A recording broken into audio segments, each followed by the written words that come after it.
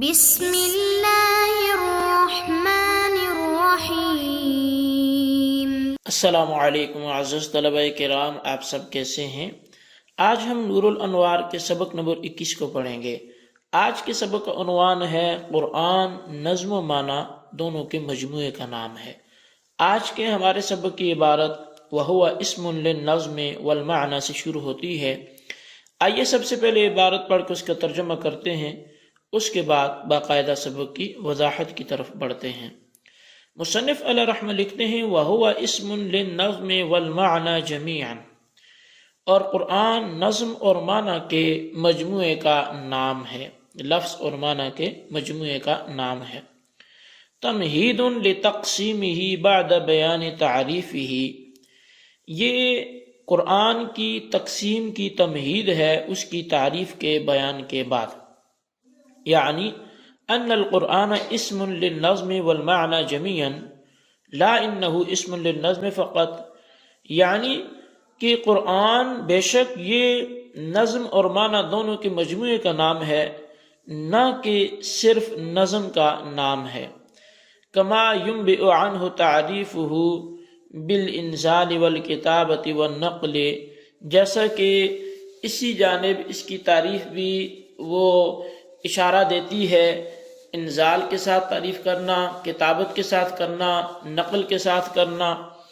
ولا انہ اسم للمعنی فقط، اور نہ ہی ایسا ہے کہ یہ صرف معنی کا نام ہو، کما یتوہم من تجویز ابی حنیفہ رحمہ اللہ تعالی للقراءۃ الفارسیۃ فی الصلاۃ مع القدرۃ علی النظم العربی، جیسا کہ امام اعظم امام ابو حنیفہ رحمۃ اللہ تعالی علیہ کے فارسی قرات کو نماز میں جائز قرار دینے سے وہم کیا جاتا ہے، حالانکہ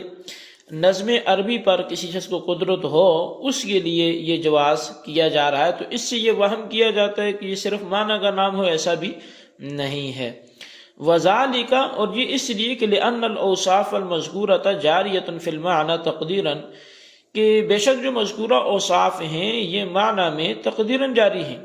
وجواز الصلاۃ بالفارسیۃ انما هو لعذر حکمی، اور نماز کا فارسی زبان میں جو جائز قرار دینا ہے تو وہ عذر حکمی کی بنا پر ہے، اور وہ کیا ہے؟ وهو ان حالۃ الصلاۃ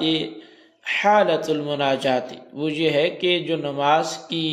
حالت ہے یہ مناجات کی حالت ہے مع اللہ تعالی، اللہ تعالی کے ساتھ۔ والنظم العربی معجز بلیغ فلعلہ لا يقدر علیہ، اور جو عربی نظم ہے وہ تو معجز ہے، وہ تو بلیغ ہے، تو شاید وہ اس پہ پھر قادر ہی نہ ہو مناجات پر۔ او لأنہ ان اشتغل بالعربی ينتقل الذہن منہ الى حسن البلاغۃ والبراعۃ، یا پھر اس لیے کہ اگر یہ عربی زبان میں مشغول ہو گیا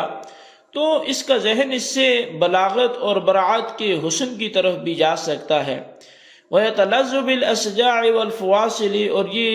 سجا اور فواصل کی رعایت کرتے ہوئے اس کی لذتوں کے حصول میں لگ جائے گا۔ وَلَنْ يَخْلُصِ الْحُضُورُ مَعَ اللَّهِ تَعَالَى بَلْ يَكُونُ هَذَا النَّظْمُ حِجَابًا بَيْنَهُ وَبَيْنَ اللَّهِ تَعَالَى، جب ان معاملات میں کھوئے گا تو اب اس کی جو حضور قلبی تھی، جو دل کا خشوع تھا، وہ اللہ تعالیٰ کے ساتھ خالص نہیں ہوگا، بلکہ وہ جو یہ نظم پڑھ رہا ہے عربی، یہ نظم اس کے اور اللہ تعالیٰ کے درمیان حجاب یعنی رکاوٹ اور پردہ بن جائے گی۔ وکان ابو حنیفہ رحمہ اللہ تعالی مستغرقا فی بحر التوحید والمشاہدۃ یا لا يلتفت الا الى الذات فلا طعن علیہ فی انہ کیف یجوز القراءۃ بالفارسی مع القدرۃ علی العربی المنزل، اور چونکہ امام اعظم امام ابو حنیفہ رحمۃ اللہ تعالی وہ چونکہ توحید کے سمندر میں ڈوبے ہوئے تھے اور مشاہدہ الہی کے سمندر میں مستغرق تھے، تو وہ التفات نہیں کرتے تھے اللہ تعالیٰ کی ذات کے علاوہ کسی اور طرف، وہ توجہ نہیں کرتے تھے، تو ان پر اس معاملے میں کوئی تان نہیں ہوگا کہ وہ کیسے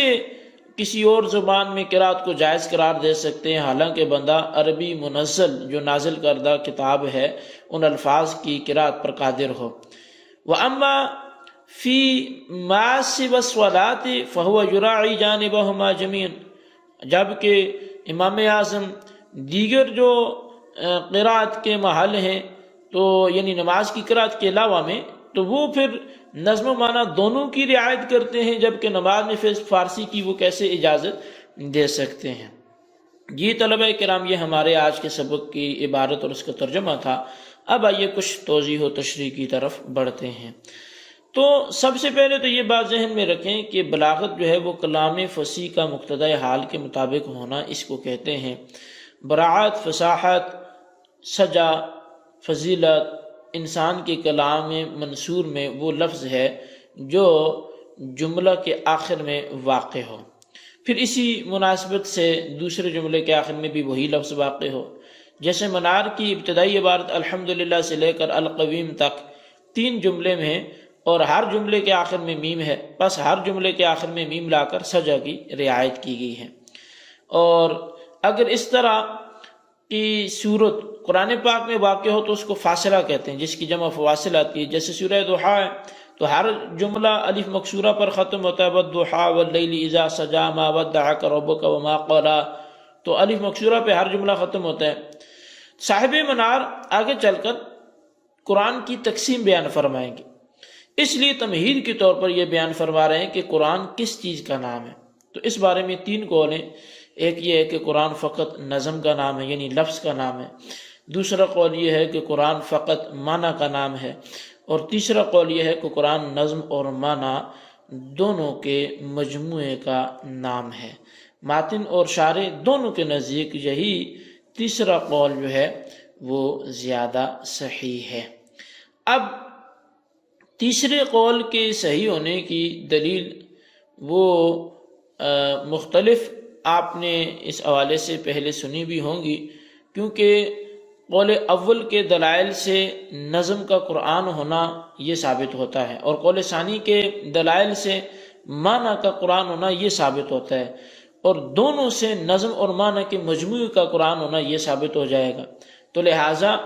بعض جو قول ثانی کے قائلین ہیں ان کا یہ امام اعظم پر پھر اعتراض ہوتا ہے کہ امام اعظم کا عربی عبارت کے ساتھ قرآن پڑھنے کی قدرت کے باوجود فارسی زبان میں یعنی کسی دوسری زبان میں نماز میں قرات کرنے کو جائز قرار دینا اس بات کی علامت ہے کہ قرآن معنی کا نام ہے، نہ کہ الفاظ کا۔ تو اس کا جواب یہ ہے کہ امام اعظم ابو حنیفہ علیہ رحمہ کا عربی پر قدرت کے باوجود فارسی زبان میں نماز میں قرات کی اجازت دینا ایک مصلحت کے پیش نظر ہے۔ وہ مصلحت یہ ہے کہ نماز کی حالت میں اللہ تعالیٰ سے راز و نیاز کی باتیں کرنے کی حالت ہے، اور عربی عبارت حیرت انگیز، نہایت معنی خیز اور انسان کو عاجز کر دینے والی ہے۔ اس لیے بہت ممکن ہے کہ ایک نمازی ایسی حالت میں ایسی بھرپور عبادت جو ہے وہ راز و نیاز کی باتوں کے طور پہ نہ کر سکے، یعنی وہ عبارت زبان پر نہ لا سکے، تو اس کو فارسی زبان میں قرات کرنے کی اجازت دی گئی تاکہ وہ کھل کر اپنی بات کر سکے۔ یا اس وجہ سے جائز کہا گیا کہ اگر نمازی نماز میں عربی الفاظ کی قرات میں لگ جائے تو اس کا ذہن اس سے عربی الفاظ کی بلاغت و فصاحت اور اس کی جو خوبیاں ہیں ان میں چلا جائے گا، اور وہ مسجع و مقفع عبارتوں اور فکروں سے لطف اندوز ہونے لگے گا، اور اس طرح اس کا جو قلبی میلان تھا، حضور قلب تھا، وہ اللہ تعالیٰ کے ساتھ خالص اور بے لوث نہ رہ سکے گا، بلکہ یہ عربی الفاظ اس نمازی اور اللہ کے درمیان ایک حجاب بن کے رہ جائیں گے۔ اور چونکہ امام اعظم تو اللہ کی توحید، اس کے مشاہدے کے دریا میں آپ ڈوبے ہوئے تھے، اس لیے وہ اللہ تعالیٰ کی ذات کے سوا کسی اور طرف التفات نہیں چاہتے تھے، اس طور پہ انہوں نے یہ اجازت دی۔ البتہ وہ اس سے یہ لازم نہیں آتا کہ ان کے ہاں فقط معنی کا نام قرآن ہے۔ یہی وجہ ہے کہ نماز کے علاوہ دوسری تمام حالتوں میں حضرت امام صاحب بھی لفظ اور معنی دونوں کی رعایت کرتے ہیں۔ چنانچہ امام صاحب نے فرمایا کہ جنبی اور حائضہ کے لیے فارسی زبان میں قرات قرآن کرنا اور فارسی زبان میں مترجم قرآن کو چھونا جائز ہے۔ اگر حضرت امام اعظم کے نزدیک فقط معنی کا نام قرآن ہوتا تو امام اعظم جنبی اور حائضہ کے لیے فارسی زبان میں قرات قرآن کی اجازت نہ دیتے، اور فارسی زبان میں مترجم قرآن کو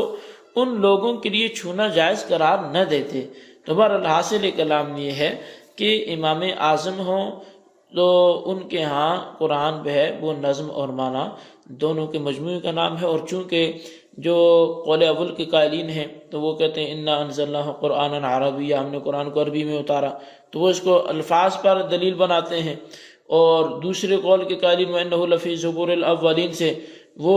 معنی کا ثبوت مانتے ہیں۔ تو ہم کہتے ہیں کہ بس دونوں آیتوں سے نظم اور معنی دونوں کے مجموعے کا قرآن ہونا ثابت ہو جائے گا، تو اس لیے اس میں کوئی شک و شبہ کی بات نہیں رہے گی۔ یہ ہمارا آج کا سبق تھا، اس کو اچھی طرح اپنے رجسٹر پر خلاصت میں نوٹ کریں، بالخصوص ان سوالات کے جوابات ہیں۔ سوال نمبر 1 یہ ہے کہ قرآن نظم کا نام ہے یا معنی کا؟ دلیل سے بیان کریں۔ اور سوال نمبر 2 یہ ہے کہ امام اعظم کا فارسی زبان میں نماز میں قرات کرنے کے جائز قرار دینے کی وجہ کیا ہے؟ تحریر کریں۔ اللہ تبارک و تعالیٰ سے دعا ہے جو کچھ ہم نے پڑھا سنا اسے یاد رکھنے کی توفیق نصیب فرمائے، آمین بجاہ النبی الامین صلی اللہ علیہ وسلم۔